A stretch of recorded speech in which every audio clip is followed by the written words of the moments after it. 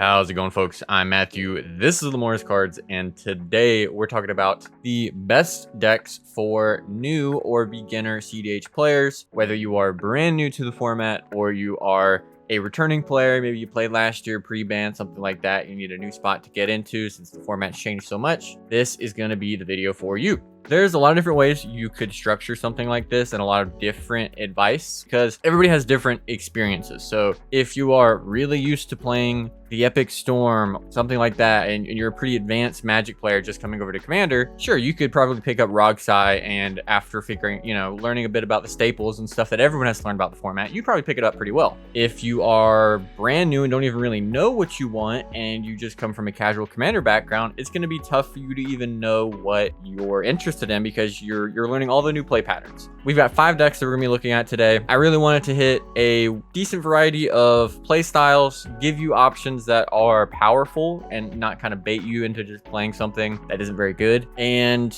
highlight a lot of the newer changes in the format because the last time I did one of these has been a while, and the decks that I'm going to choose today are going to be pretty different. If you enjoyed this video, like, comment, subscribe, let me know down below which of these decks you're most interested in and some of your decks that you would recommend to new players. I think with all that being said, let's go ahead and hop into it.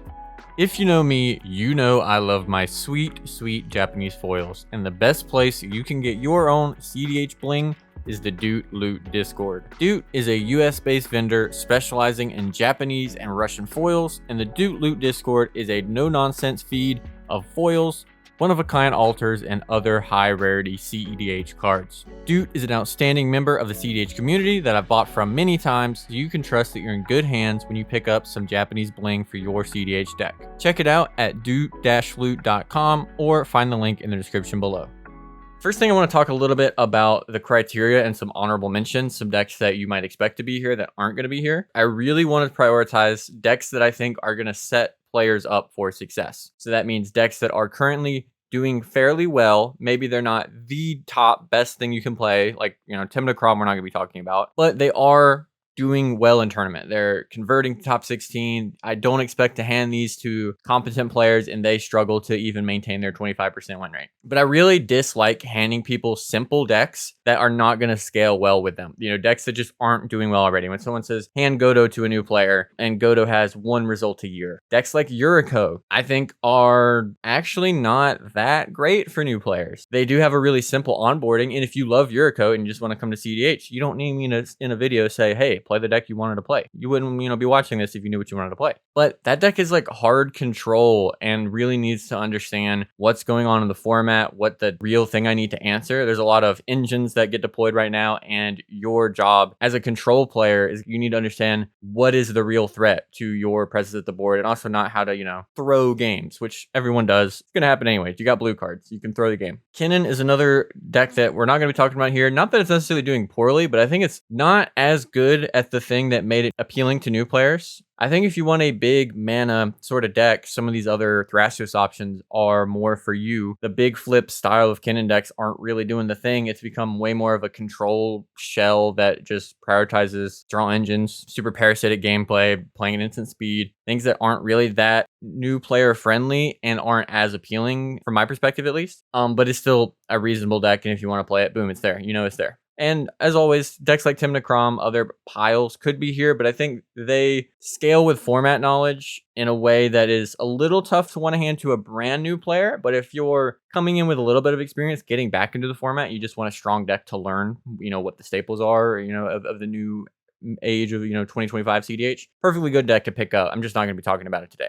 All right, first up, we're going to be talking about Etali Primal Conqueror. Now, for these deck lists, I chose from fairly new results. We're talking a Big Bears list here, but this has been a list that won back-to-back 60-plus events and just top 16 another event as well. So this player has been kind of on a tear with Etali, and Etali has been doing quite well recently. Our last quarterly report, we broke down Etali's kind of rise and the strength of it. But Etali Primal Conqueror is a 7-mana Gruul commander because of that little Phyrexian green mana on the bottom, making it Gruul. For 5 red, you have Trample 7/7 Dinosaur. When it enters the battlefield, each player exiles cards from the top of their library until they exile a non-land card. You may cast any number of spells from among the non-land cards exiled this way without paying their mana cost. So Etali is 7 mana, ETB. Everybody flips their deck until they hit a actual spell. All the lands get exiled. Anything that wasn't a spell is gone. Then you can put those on the stack. So you flip 2 creatures, a tutor, and a counterspell. Counterspells are usually pretty useless in this scenario, so we'll just say that one gets to stay in exile. We'll put those 2 creatures on the stack and a tutor. Then those resolve, sort of all part of Etali's resolution of that ability. They just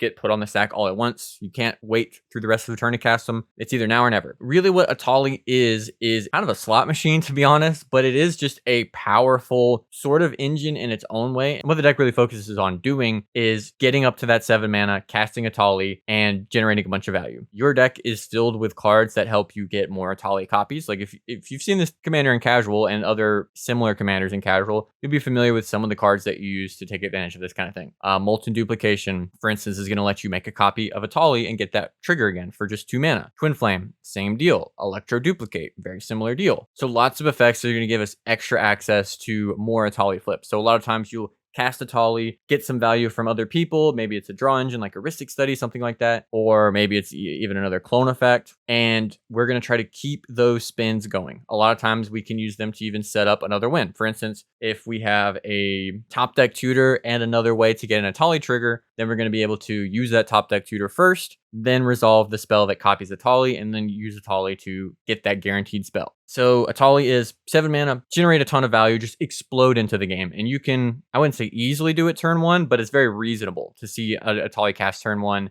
Turn 2, especially a lot of games by turn 3, you're going to see Etali cast. A lot of times you're going to see it more than once, and they're going to be setting up for multiples. The way that we win the game is very often with a food chain combo. This video is not going to be going over every combo. If they're more niche, I'm going to get into it. Food chain squeeze is very simple, but I do have a video going over the most common cEDH combos, and I'll link that in the description. But this deck is going to look to try to get a food chain, which is going to let you exile a creature, make mana of that creature's mana value +1. And so if you get that food chain and you get Squee the Immortal, you're going to be able to cast Squee from exile, netting infinite mana, casting it over and over and over. With that infinite mana, you're able to infinitely cast Etali and cast all the spells out of everybody's decks. You can wheel them or use their win conditions, whatever it is, but you'll be able to get everybody's decks past the turn, whatever your line is, you'll be able to win the game. You do also have combos with Dualcaster Mage and Twin Flame, those sort of effects to make infinite creatures for combat, stuff like that. But also you're just going to win with random cards Etali flip sometimes. We're very red leaning. We've got cards like Orcish Lumberjack, which are going to get us a big surge of mana. You're going to see a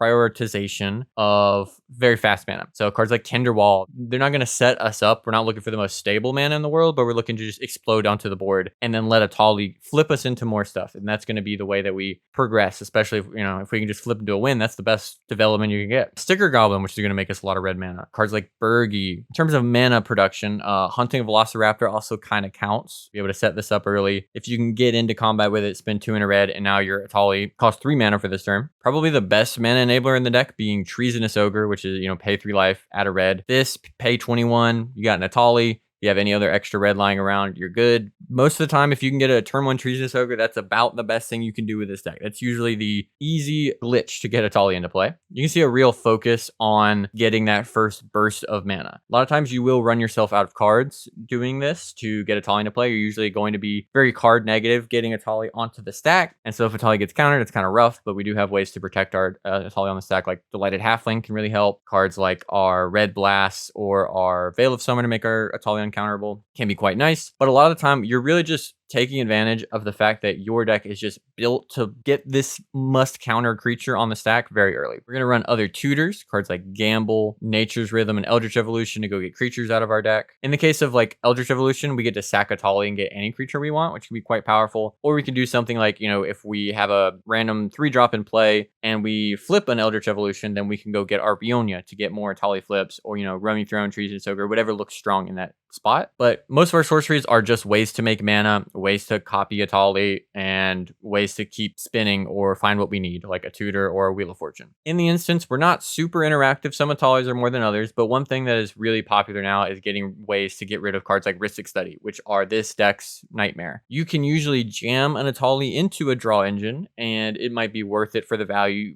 For Etali, you do get to choose which spells you cast, so if it's not going to be worth drawing them a card, you don't have to do it. But doing a food chain combo through a Heuristic Study is basically impossible. So a lot of them are really prioritizing cards like Natural State, Force of Vigor, things like that to destroy those draw engines so that you can do your Etali in peace. Other than that, we have pieces of removal to deal with cards like Drannith Magistrate, which shut this deck down. Same thing with Ringing Volley, a couple of tutors, more rituals. Delayed Blast Fireball can be pretty nice to handle those other creature decks. Also, ways that we get to sacrifice Etali are quite nice, especially because a lot of times we get to spin into even more mana. So we, T-Ogre, get our Etali down, flip a Metamorphosis, sack the Etali as part of the cost, make even more mana, recast the Etali. And of course, Food Chain doesn't have to be just a combo. We can use it to sacrifice our Etali, make 8 red mana, and then we only need to muster up 1 more mana to cast the Etali. Artifacts, lots of mana. This one even going on Ruby Medallion. Cloudstone Curio is a way you can net infinite red mana. Sticker Goblin and a cheaper red creature can net you infinite mana. And you can also, again, just bounce Etali, recast it, even if you're not going infinite. Cursed Mirror is another copy effect. Here we even got the Panharmonicon to double it up. Sylvan Library to just get us access to some extra cards. Underworld Breach, we're not a Breach combo deck because we don't have access to Brain Freeze. So we do just have Breach, LED, Wheel of Fortune to just spin our wheels. Being able to just have Breach, LED, and some cards in the graveyard lets you do very broken stuff in a turbo deck like this. Anyways, even if you don't have a deterministic Breach combo. And it's going to let you assemble combos with your Gamble. So it's going to make it very easy to do your Food Chain combo, for instance. Then we got 27 lands, prioritizing lands that make us extra mana, like City of Traders, Crystal Vein,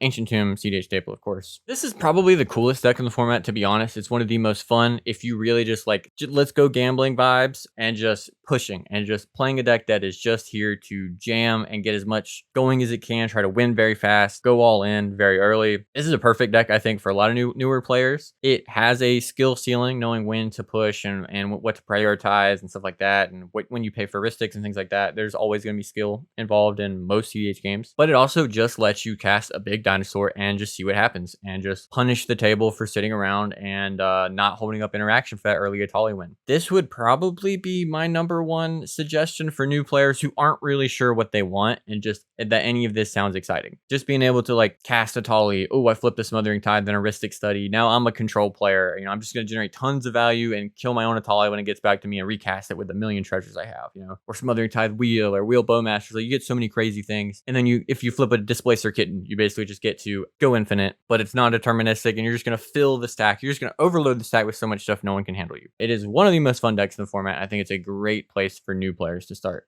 Next up is another deck that I've been pretty big on, just in general, and especially for newer players. It does kind of, being an Esper colors, have to lean into like playing control, but being an Esper sort of value pile, similar to like a Tivit or a lot of other decks, and getting to lean into more synergistic stuff, develop big board states. And I think in general, decks that play to the board are inherently a little bit more appealing for a lot of newer or more casually leaning players. So Marneus, for 2 and Esper, you get a 3/5 double strike. Whenever 1 or more tokens enter the battlefield under your control, you draw a card. And for 6 mana, you can create 2 2/2 white warrior tokens. So this is a deck that wants to make tokens. We're going to run cards like Ocelot Pride. They're going to make us a bunch of tokens, especially once we get the City's Blessing. Lotho, or Spowmasters. Tataru Taru, which is a newer one that's going to make us treasures. Voice of Victory, which is just a great Esper card in general, makes tokens. But leaning a bit more into just purely synergistic applications, really, is Campbell, Profiteering Mare, which when our opponents make tokens, we're going to make copies of them. And whenever tokens enter the battlefield for us, opponents lose life and we gain life. So that's going to give us an outlet for infinite token combos. Like when we get a Stridehanger Automaton, when 1 or more artifact tokens would be created under our control, we also make a 1/1 and Warren Soul Trader. So we can sack a creature, make a treasure, Stridehanger Automaton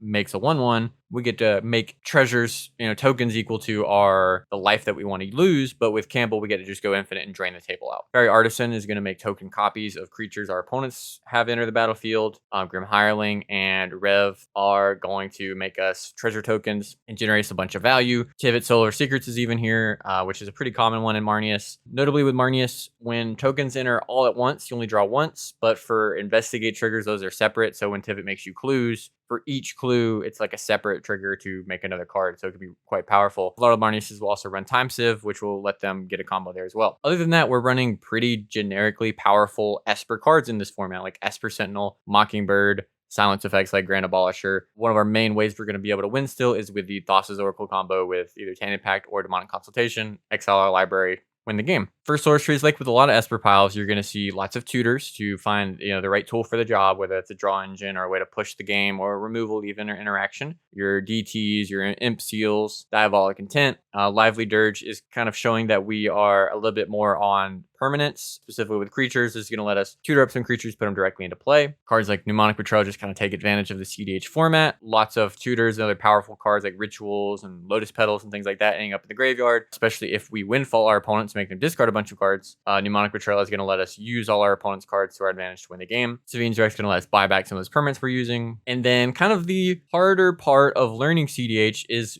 using a lot of the interaction in the format. The appeal of a deck like Etali is you're much less having to focus on answering opponent's threats, but a deck like Marneus that's kind of trying to grind people, develop itself, and push into a game state where it's like unbeatable, you're going to have to learn how to interact with your opponents. So you're going to run the blue suite of cards, and white as well. Free interaction like Pact of Negation, Mental Misstep. Fierce Guardianship, a little tougher with a 5-mana commander, but still a powerful magic card. Cards like Force of Negation, Force of Will, Mindbreak, Trap, all being staples of our format. And especially when you lean more into a control-y kind of playstyle, you see cards like Commandeer, which can be really big swings, especially when you're often trying to develop your own engines and when you can get to just steal somebody else's. For instance, Marneus is probably most known for its interaction with Smothering Tithe being just bonkers broken, absolutely taking over the game if you set these things down. Anytime someone draws a card, you make a treasure and you get to draw a card. Super busted. It's going to be worth it to commandeer and potentially 3-for-1 yourself to take someone else's Smothering Tithe because you're going to make up for it in no time. Artifacts, we're going to see still a lot of that artifact mana that we saw with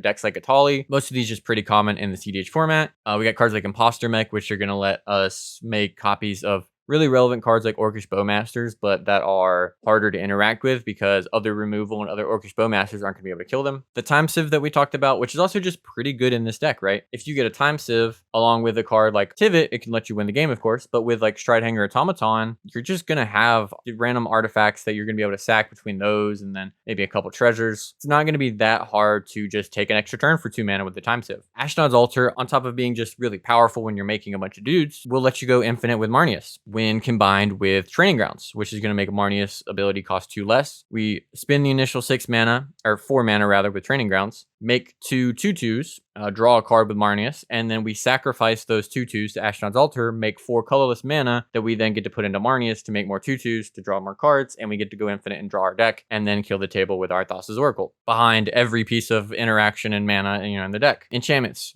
These are kind of the bread and butter part of cEDH. Cards like Mystic Remora, punishing our opponents for non-creature spells. Heuristic Study, just straight up punishing your opponents for playing the game of Magic in any way, shape, or form, really. The card of the format probably right now. Just as broken and annoying and casual as it is in cEDH here. Smothering Tithe, especially powerful with Marneus. And then very often you're also going to see cards like Copy Enchantment because other players are prioritizing these cards too. These give us access to more of them. Copy Enchantment, Mirror Maid, being able to be flexible clones. That's a lot of things that you see in these sort of blue piles right now that are leaning a little bit more value oriented. Cards like Waste Not, having very powerful synergies with some of what we do that are a little bit more A plus B like with a windfall. Amphibian Downpour is going to let us really punish those other creature decks that are going to maybe outgrind us in some spots. And then 27 lands, we're going to prioritize more of a stable mana base, trying to get all of our colors. You'll see cards like Cavern of Souls will pop up in decks that tend to have a lot of overlapping creature types. Surveil lands, pretty popular in cEDH. Channel lands, one of the most powerful things ever brought into our format. Minion Ottawa and Beseiju. I think this deck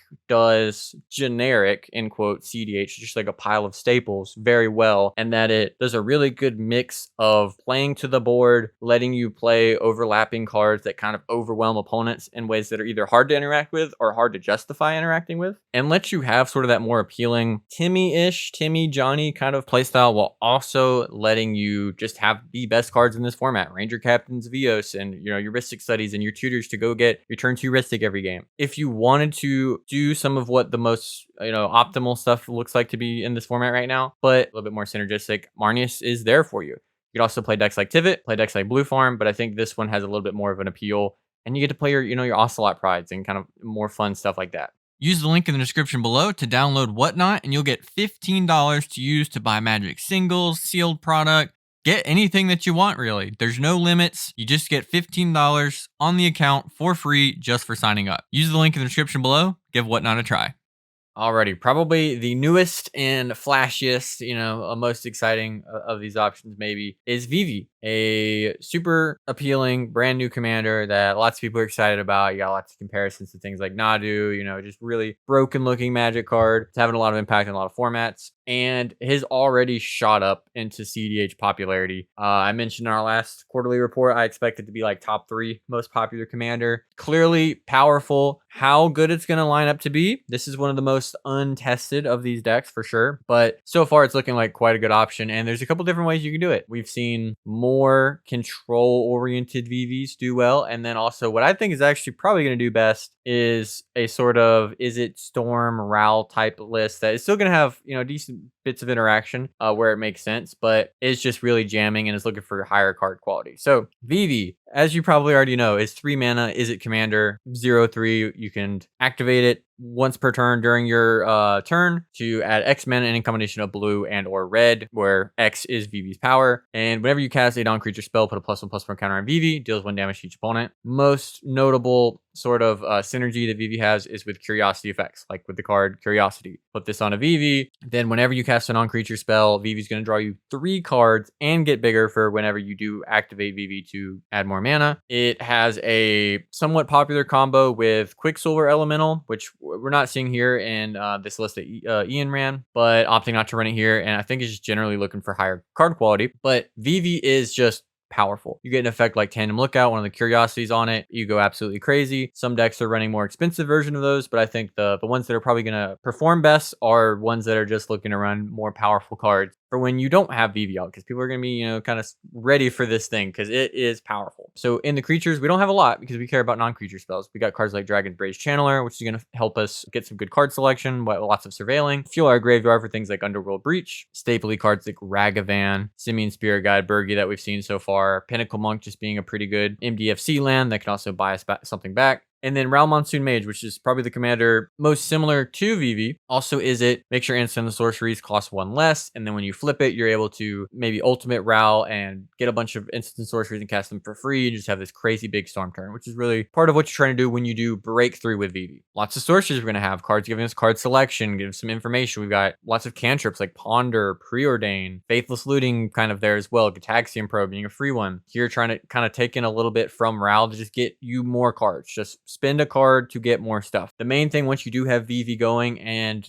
are maybe ready to pop it and making mana with it, you don't want to run out of stuff. So other ways to do that, like the Rob the Archives, the impulse draw effects, like your Reckless Impulse, is going to be great. You can really think of most of these cards as gamble is really free because I spend a red for the gamble. Vivi's going to buy it back for me. It's just an incredible mana battery. So it really lets you spin your wheels in ways that are hard to keep going in a lot of decks, but Vivi, at a certain point, you cast like 3 of these, get a couple extra cards, I'm out of mana, activate Vivi. And so I really like, and I think this is appealing too, because a lot of, especially casual commander players, can't really do Izzet Storm in a way that is reasonable. It just always is too good for the pot, I feel like, and just is hated. But it's cEDH, you get to do whatever you want. You get to do the bonus round, copy my bonus round, and all my spells are tripled, flashback bonus round, and just go absolutely bonkers. Other stapley cards we've been seeing, like the Jessica's Wheel effects are very good here. We don't want to run out of stuff. Stock Up even showing up, lots of standard cards are cEDH playable. We're also gonna have lots of interaction. These instants, we've got the offers, the Pact of Negation we talked about earlier, and Marneus, Flusterstorm, other free cards like Deflecting Spot, which you get access to in red, and then a couple other cards like Dizzy Spell, which is gonna let us transmute that away for 1 drop, like Curiosity. Red interaction like the Blast and removal like Lightning Bolt, and of course our red rituals, Desperate Ritual, Pyretic Ritual. Awesome cEDH cards like Final Fortune, which lets you for 2 mana take an extra turn, but you lose at the beginning of the next end step. Very strong with a big Vivi turn where you put a lot of counters on Vivi and just at the end of it, get lots of cards, but you kind of run out of gas or mana because you already activated Vivi. Cast that Final Fortune, take an extra turn, boom, it's over. And then again, more free interaction cards like Submerge, which you'll see in lower color decks or more instant or sorcery focused decks as a free bit of creature hate. But yeah, prioritizing the rituals. Snap, also a pretty common cEDH card as well, especially in this kind of deck. It can be super mana positive. Artifacts also work with Vivi because they went crazy when they designed this card. So lots of the fast mana we're used to in some other zeros, another Ruby Medallion deck. This one, an interesting kind of in between. We're not like full just jam it turn 1 because Vivi doesn't give us cards, but we're kind of somewhere in between the Marneus and the Etali, where we do do want to turn the corner, you know, use maybe a little bit of interaction, maybe have a little bit of restraint in the early turns, but then just explode. Once we get the Vivi down, we have a little bit of mana, just pop off and go harder than anybody can deal with us. Cards like Vexing Bauble can really help, especially the Sans white decks that don't have silence effects, you know, stuff like Grand Abolisher, to make it to where you kind of know what opponents are going to have access to, because if they run out of mana, they run out of interaction. And then the One Ring, which can be stapley in some cEDH decks. Deck like Vivi, the 4 mana can be trivial. We got another Underworld Breach deck. Here, though, I believe we are a full Underworld Breach combo deck, which is the first that we've seen so far, where you have Underworld Breach along with Brain Freeze, which is going to let you mill yourself and eventually other players. And this, along with Lion's Eye Diamond, is going to let you mill your entire library, get access to your whole deck, and play it from your graveyard. And then you can mill out all your opponents and force them to draw a card or resolve any other infinite combo you have access to with Vivi. The other enchantments are stuff like we saw earlier with the Mystic Remora, the Heuristic Study. Expect those in every deck. Mirror Maid popping up here as well, another curiosity effect. Virtue of Courage, which is basically going to let us double up on Vivi stuff while also having a removal spell attached to it. 24 lands, so this is on the lower side. This is what you might expect to see with some turbo decks, especially turbo ad nauseum decks. You can see land counts as low as like 21, 22. Ral Monsoon Mage, similar deal. Here going down to 24, but there are also more control-y versions of Vivi. This is closer to a Ral Monsoon Mage, which I think is a super intense kind of deck to play, and this version of Vivi could be as well, but I think offers a proactive game plan with a little bit of that blue backup for you, and it's hard not to see the appeal of a deck like this. You just get to cast a bunch of spells and go absolutely crazy and get their Vivi up to like 20, like a million mana, and ping down the table. Once you get a curiosity on Vivi, it's so hard to deal with. It just feels insurmountable, and I expect this to be one of the most popular commanders. And if you're a newer player, it's probably one you're already attracted to, and there are very strong deck lists that are performing well. So if Vivi is a commander that you're interested in, try one of these lists out. I think it's gonna be here to stay. Next up, we're going to take a look at Malcolm Vial Smasher. Now, one of these beginner-focused cEDH list things I did, I had Malcolm Tana, which was a pretty popular commander not too long ago, back when we had access to Dockside and things like that, and has just kind of fallen off in favor of the, what I expect, you know, higher card quality of a Grixis version of that deck. Common thing in cEDH, if you're new, is having partners that are just there for the colors, and I don't think there is a partner more just there for the colors than Vial Smasher, but Malcolm gives us access to a lot. For 2 and a blue, we get a flyer with whenever one of our pirates you control deal damage to your opponents, you create a treasure token for each opponent dealt damage. That means that whenever Malcolm itself smacks a player, you get a treasure. Any of your other pirates, like a Siren Storm Tamer or a Spectral Sailor, deal damage, you got it. But also, Malcolm does not care about the damage being combat damage. So if you have a card like Lightning Rig Crew, when you tap it, deals 1 damage to each opponent, this will give you 3 treasures, and whenever you cast the pirate spell, untap it. Malcolm is most known for its 1-card combo with Glinthorn Buccaneer, which is a 3-mana red pirate with haste. Whenever you discard a card, Glinthorn Buccaneer deals 1 damage to each opponent, and then you can spend 1 in a red, discard a card, draw a card, activate this ability only if Glinthorn Buccaneer is attacking. So you are going to have Malcolm and Glinthorn in play, go to combat. While in combat, you can wait till the end of combat before you go to your main phase, where Glinthorn Buccaneer is technically still attacking. Get your treasures off of the combat damage. Or if you just have the mana, you can, while attacking, activate Glinthorn Buccaneer, discard a card, which is going to trigger Glinthorn Buccaneer and deal 1 damage to each of your opponents, which is going to give you 3 treasures, and you can now spend that mana to do it again, because Malcolm's going to see that damage Glinthorn does. So you're going to get to spend 2 mana, discard a card, hit the players, draw a card, and you're going to be able to whittle out your opponents until they're dead while you're making treasures as you go. Having this creature-based win con in a Grixis list really makes you a lot tougher to deal with. Malcolm is just sort of generic value that you can always develop, but your opponents are going to have to respect that you could just cast a creature spell, which is typically the hardest to deal with on the stack, and push a win attempt. Or you might go for an early Underworld Breach combo, or cast Ad Nauseam, which is a must deal with threat in cEDH, where you're going to be able to get access to a ton of cards all at once and put together a win, usually with Breach or Thras' Oracle. This deck just, I think, does the best version of any of the sort of like Najeela-like game plans, like Protect the Queen kind of thing, of that effect of having really good, generically powerful cards on top of having this creature plan that does give you advantage on its own, and actually has a very easy to pull off and assemble combo. So we're going to have fairly good cards like Ragavan, Orcish Bowmasters, Thras' Oracle, Spirit Guide, Phyrexian Metamorph as a clone, and then cards that are going to help us take advantage of Malcolm. So pirates that are cheaper, Siren Storm Tamer, Spectral Sailor, the Lightning Rig Crew, and then also cards that are going to take advantage of the material that we're going to get to develop with Malcolm, like Braid's Arisen Nightmare, which lets us sacrifice an artifact, and then each of our opponents will have to sacrifice an artifact, or we get to draw a card. And you can do that with creatures as well, but Malcolm is going to get you extra material just lying around to be able to develop some advantage. Same thing with Mayhem Devil. We're going to have access to lots of treasures. We can really clean up the board and make it very hard for people to block our pirates, and so we can get in with our Glinthorn Buccaneer, or just get generic value, or just keep our opponents off balance. Other very creature heavy decks have a really hard time dealing with a Malcolm that has a Mayhem Devil. This is also going to give us access to another combo that we can have with Reckless Fireweaver, which has whenever an artifact you control enters, deals 1 damage to each opponent. And then Mayhem Devil, which we know if you use a card like Trickery Charm, has a lot of text, but the main text being target creature becomes the creature type of your choice until end of turn. We can, with a Malcolm in play, use this at instant speed and turn a card like the Fireweaver or Mayhem Devil into a pirate. And so when they deal damage to a player, we make a treasure. And then for each of them, that will cause a loop where we're able to ping each of our opponents down. Being able to hold that up at instant speed is really, really threatening and very scary to deal with. We are sort of in the archetype of Grixis Ad Nauseam, which you'll see a lot of in cEDH, where you run cards like your Gambles, typically a wheel, powerful tutors and rituals, along with the Underworld Breach combo, which we saw in Vivi with Breach, Brain Freeze, and LED, which is very broken with cards like Demonic Tutor, because you can often cast Demonic Tutor, go get your Underworld Breach, use that to recast Demonic Tutor from the graveyard to go get your LED or your Brain Freeze, and then do the full combo, basically turning like Demonic Tutor into a 1-card combo, and a similar deal with Gamble. And these overlap really well with the cards like Ad Nauseam, which can really reward you for just efficient deck building, holding up lots of mana, which Malcolm gets to do fairly well, especially when you have those instant speed combos, and other cards like Born Upon a Wind, which has become a very relevant part of the cEDH meta. Cards like it and Valley Floodcaller, because they are cheap ways to give you access to playing at instant speed. It's really common in cEDH to kind of sit around maybe behind a draw engine or wait for someone else to attempt to win, and then while everyone is interacting with them, fire off a win attempt on top, as well as the kind of soft combo, I guess you'd say, of Necropotence with those effects. Necropotence, you probably know, is 3 black. Skip your draw step whenever you discard a card, it gets exiled, but then you pay a life, exile a card face down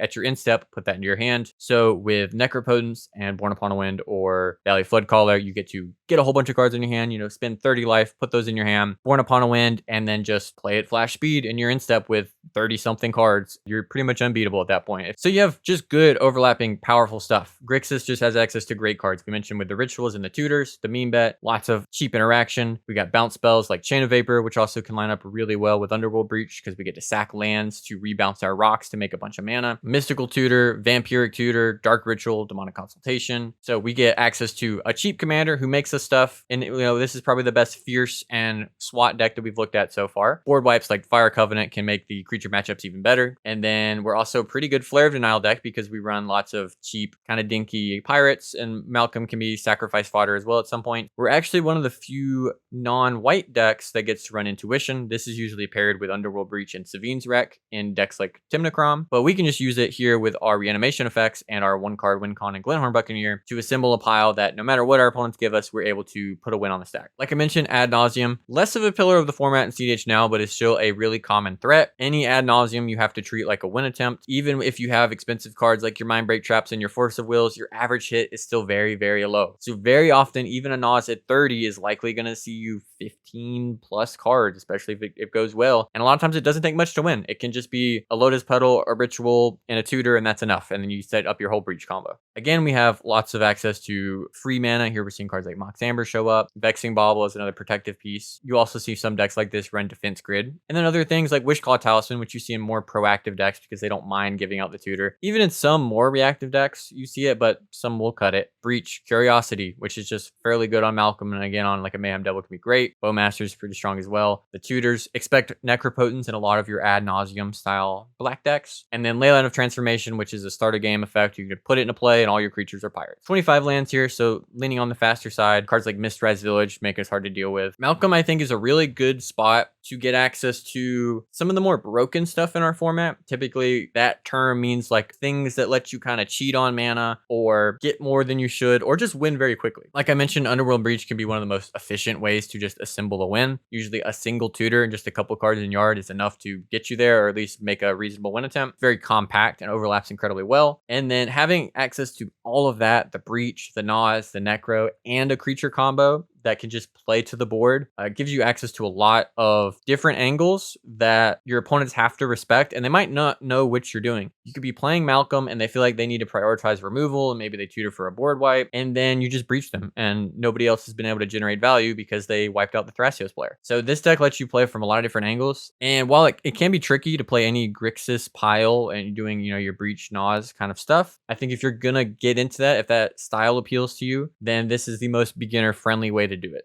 All right, our last list is one that I get asked about a lot and haven't got to talk about too much because it's still not super popular, but it is doing quite well, and that is Thrasios and Yoshimaru. This list is very, very similar to Rograk and Thrasios, which is one of the more popular decks at the moment. I think you could play that one also. One reason I'm not going to talk about it is I have a very extensive guide on how to play that deck and the basics of it. You can go watch that, and a lot of that will apply to this deck. And if you're interested in that deck, go over there if you'd rather play Temur than Bant. But here I want to talk about Yoshi Thras because it is doing quite well. It's on the rise, and I think access to a lot of what white gives you makes the deck a little bit more accessible and a little bit more forgiving. These colors give you more A plus B combos, and access to silence effects can really make it quite forgiving as opposed to running like basically a pure Simic or Temur list, which has to kind of overwhelm the table and never fully shuts everyone out of being able to interact, without some shenanigans. So Yoshi Thras, Yoshimaru and Thrasios is a Bant sort of mid-range creature-focused list. As you can see, we're running 28 creatures, much higher than anything we've looked at today. And this has become a real archetype of the format based on those Rograk Thrasios lists that I was talking about earlier that are very focused on breaking Gaia's Cradle as probably the most powerful mana enabler in our format currently, especially in terms of stable mana and explosive combo-oriented mana. Obviously, cards like Dark Ritual are very powerful, but they're very one and done. Building your deck around Gaia's Cradle is something that can be a lot more of a synergistic kind of focused game plan that doesn't have to just win every time you do it. Just using your Cradle to net you a little bit of mana, the first turn you use it, kind of push way ahead. The second turn you use it, and then just win the game by untapping it a couple times at the end. It lets it be kind of its own archetype, and Thrasios is one of the best ways to take advantage of that kind of effect. So in the command zone, we have Yoshimaru, who basically doesn't really do much of anything. It is just a white creature that's very cheap, which is going to let us make our Gaia's Cradle count very high. It being a cheap commander is very powerful with the free spells like Fierce Guardianship and then any other kind of sack-based things. Sometimes just like Flare of Fortitude, stuff like that. But it's mainly here for colors and being cheap. It's the second cheapest commander you have access to in terms of partners. And then Thrasios is kind of the base of a lot of these Simic-focused Cradle decks. Blue-green for a 1/3, and you can spend 4, scry 1, then reveal the top card of your library. If it's a land, put it onto the battlefield tapped. Otherwise, draw a card. So Thrasios is both a kind of slow engine, and that you can spend 4 to get access to a little selection and some cards, but also functions as an infinite mana outlet. If you get access to infinite mana by doing a combo with, say, Devoted Druid,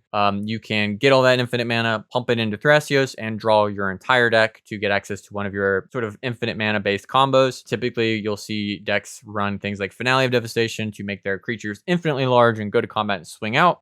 You might also see things like Fairy Mastermind that once you get infinite, you draw your deck and then make sure you get infinite blue and then draw out your opponents, making sure that you don't die with either like an Angel's Grace effect or like a Noxious Revival, something like that. Mana dorks that just get onto the board. White gives us access to powerful things like Teferi Time Raveler, which can combo with Displacer Kitten. Any 0 mana rock is going to let you flicker Teferi and draw your deck. But we're going to have cheap creatures like your Mockingbird, your Noble Hierarch, Green Dorks, cards that are going to help us break Thrasios like Biomancer's Familiar and Training Grounds, which makes that 4 mana to activate getting halved or even down to 1 with 2 of those is very, very strong. Cards that are going to help us really break Gaia's Cradle like Cloud of Fairies, which ETB untap 2 lands is like huge powerful staple of this. You see cards like Snap that are also staples that will come up here as well. Generically good creatures like Gilded Drake, Voice of Victory, Ranger Captain, Derevi again, kind of like a Cloud of Fairies, untapping lands. So lots of utility among these creatures. We got silence effects, value stuff, or combo outlets like Eternal Witness, Bright Glass Gear Hulk, which can double tutor and can assemble some ridiculous combos on its own. Spellseeker, usually a standout of these kind of decks. The weakness of these colors typically is that their tutors aren't very great. So having Spellseeker to go get a creature tutor or a land tutor, whatever it is you need in the spot, removal, etc., cannot be understated. But your sort of lands package of Cloud of Fairies, Springheart Nantuko even, which can let you do some shenanigans or just increase your cradle count. But most notably, recently has been a Boro Breeze Caller. 2 mana. For 2 mana and returning a land you control to its owner's hand, you can untap target land. With a Boro Breeze Caller, you spin 2, bounce a land to your hand, target your Gaia's Cradle, and untap it. This lets you assemble a combo with a cradle count of 6. With Talon Gates of Madara, which is ETB phase a creature, and you can spend 4 to put this into play. So you activate Breeze Caller, return a land to your hand, untap your Cradle, tap Cradle, spend the mana, put Talon Gates into play, tap it, return it to hand, untapping your Cradle infinitely. It's going to let you net infinite mana that you can then pump into your Thrasios to draw your entire deck. For a lower creature count, you can even use this to just phase out the entire board. And then with like Training Grounds effects, this makes the whole combo cheaper because Breeze Caller gets cheaper to activate.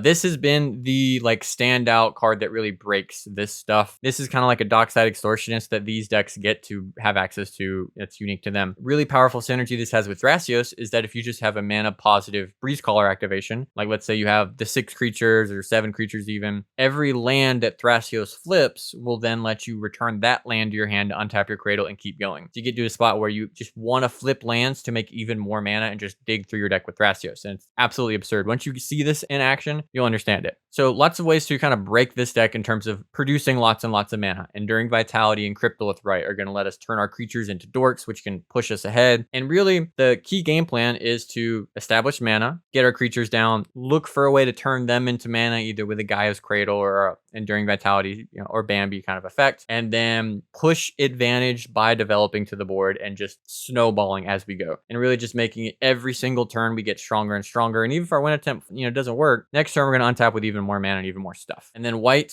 really helps enable you to have more resilience with cards like Ranger Cap, and you get access to more combos with cards like Emil the Blessed, which is 3 mana, blink target creature, and you can use that to blink your Cloud of Fairies to infinitely untap your Cradle, pump that into Thrasios. Same thing with Derevi. We get great engines like Seedborn Muse, which with Thrasios, you just get to fully dominate a table. Just untap everybody's turn, pump the mana into Thrasios or interact, and you're going to see kind of goofier looking cards that help you focus on that Cradle plan, like Sowing Mega Spawn, which goes and gets your Gaia's Cradle. For sorceries, we're just going to have lots of tutors. The Savine's Wreck, like I mentioned, we're a permanent base deck. This is going to let you recur some permanents. Stuff like your Cradle gets blown up, this can bring it back. Or if you're on an Intuition or Gifts Ungiven, you can set up some piles. Wargate is another tutor like this that can go get a creature, or just for X = 0, go get your Gaia's Cradle. Or your instance, you're going to have some similar stuff to what we've seen so far. Free and cheap, sort of efficient. Counter magic, we do have the Intuition and the Gifts Ungiven, like I mentioned earlier. Utility stuff like Crop Rotation, which is a standout in these green decks. So you can either go get your Gaia's Cradle with it, you can go get Talon Gates to phase out a problematic creature, like Orcish Bowmasters, which can really prey upon these sort of decks. Really, whatever you need, there's lots of different options. White is giving you access to cards like Enlightened Tutor, which can really help you play on the axis that a lot of other decks do of just looking for early Rhystic Studies, your Mystic Remoras, and then the Silence effects, of course, which are very powerful. You also, in these colors, kind of get access to other enablers or combos. For instance, Devoted Druid is not that popular of a combo in the teamer list because they only really have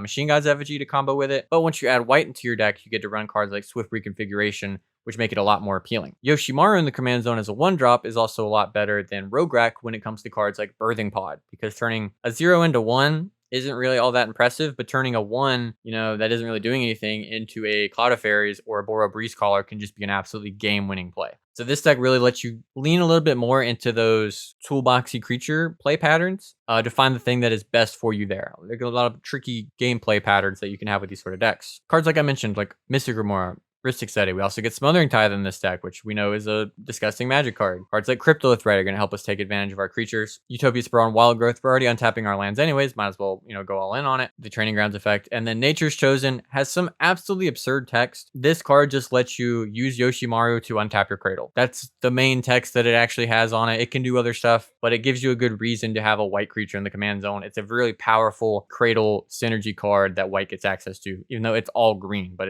it just takes a white creature to use it. It's very strange. And then 28 lands. These Cradle focused decks are going to have, of course, the namesake, Gaia's Cradle, very broken. Cards like Dryad Arbor, which can be lands that, yes, they're summoning sick and they're a little more fragile, but can be super mana positive when you have turns where, for instance, you use your Nature's Chosen to untap your Cradle. So that's 2 green mana it's made already. Then I play a Cloud of Fairies, then it's an extra green mana. Then I use a Snap. You can really amp up the mana that produces, and a lot of times fetching for Dryad Arbor can be like a free Dark Ritual. Other lands that can be good targets for our tutors, like Expedition Map, can be Emergent Zone, which is going to let us play at flash speed, Manamo, which lets you untap your Cradle. A lot of these kind of decks will also be on Deserted Temple to untap Gaia's Cradle, Mistrise Village to make your spells uncounterable, and then really strong newer printings like Shifting Woodland, which for 4 mana, if you have Delirium, can copy a permanent in your graveyard, whether that's a Cradle or another combo piece. It can just make you super resilient to that kind of stuff. These kind of decks are my favorite. I love what these decks are doing right now, whether you want to play this or Rog Thras. I think they're great. They let you play in a really interesting style that is almost like winning in casual, where you just overwhelm the table with just too much stuff to where even if they have a lot of interaction, they just can't quite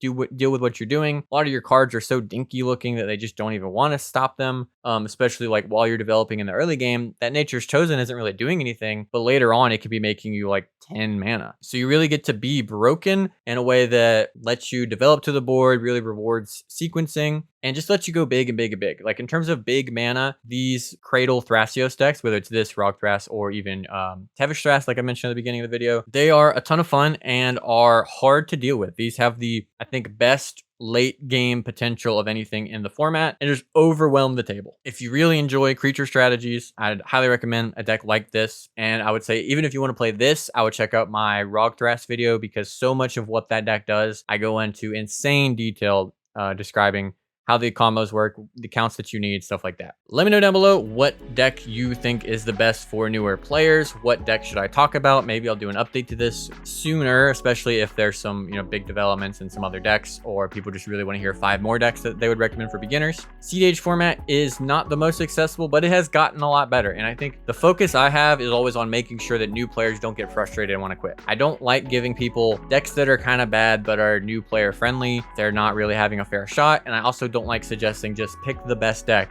just play blue farm and just keep sticking with it, because if you don't really understand it, it can be really frustrating. That's the main thing I want to keep people from experiencing, is that frustration that makes them quit. If you absolutely love a deck and you are determined to play it and you don't care if you lose 20 games in a row, just play that. You already have that thing that's going to keep you going. This is mainly for people who aren't sure and want a fair shot and want something that is a little bit more approachable. If you're just going to play cEDH no matter what, just pick up Thymnocrom or another, really high level deck like Rog Thras, whatever. Just stick with it and just keep grinding it and you'll learn the format. With all that being said, thank you so much for watching. And as always, go play cEDH. Have a good one, everybody.